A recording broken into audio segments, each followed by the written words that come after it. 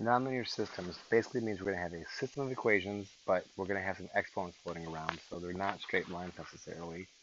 Thinking ahead, you might like you guys know enough to recognize that this equation would be a circle, and this equation would be a line, and that means a couple things. If you think about a circle and a line and the way they could cross, we could have no solutions. We could have just one solution. If I drew that properly, we could have two solutions. So there's a couple possibilities here.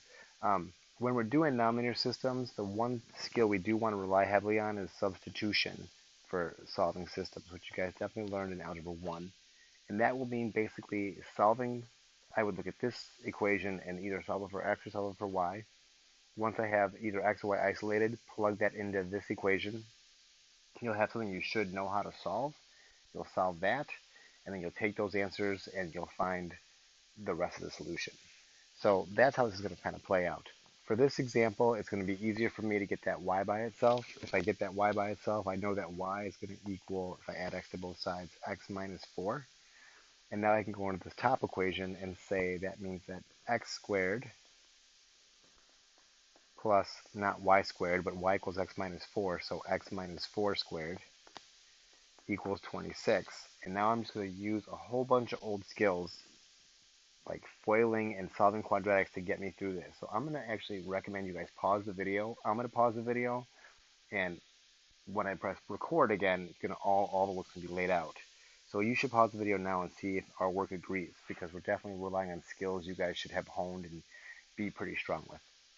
So go ahead and pause your video now.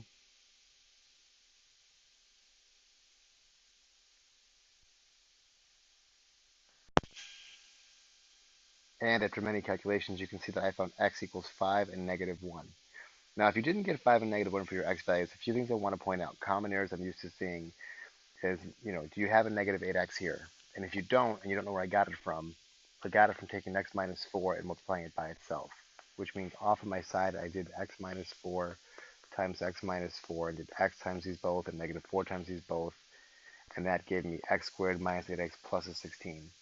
The other common mistake, or the thing that you may not have done, which you don't need to do, but if you got this expression correct, and you combine my terms correctly, you should recognize that since it was x squared term and an x term, once it had to equal 0, and then to make my life easier, since I noticed that each of these numbers was a even number, I went ahead and divided each one of those things by 2 and factored. So here's what I know about this. There's two x values that are going to work, 5 and negative 1.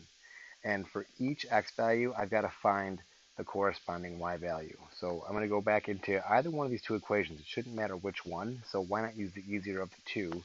If x equals 5, then y minus x, or y minus negative 5, is supposed to equal negative 4. That means y plus 5 would equal negative 4. So if x is equal to negative 5, y is going to equal negative 9. So one of my answers is going to be 5, negative 9. And then if x equals negative 1, and I go back into this equation here, I get y minus negative 1 equals 4, or y plus 1 equals negative 4. That tells me y equals negative 5. And I know the other answer is if x equals negative 1, y equals negative 5. If I'm feeling unconfident or unsure, could take both of these answers into this equation that I didn't use to find them and check them. Oh, dear, something's wrong. This is wrong. I made some kind of mistake. Aha!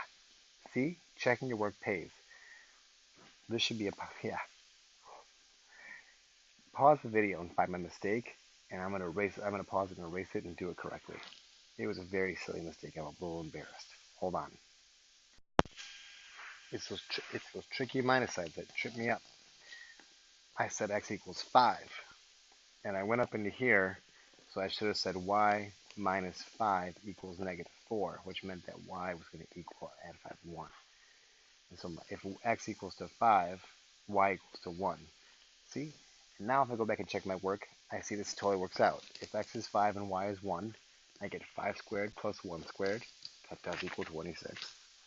If x is negative 1 and y is negative 5, then I get negative 1 squared plus negative 5 squared also equals 26. So these are the two answers for this particular problem. Substitution is the way to go. So we're just building on a lot of old skills you guys already know. So stay calm, keep your mind on the next step, but not too far ahead.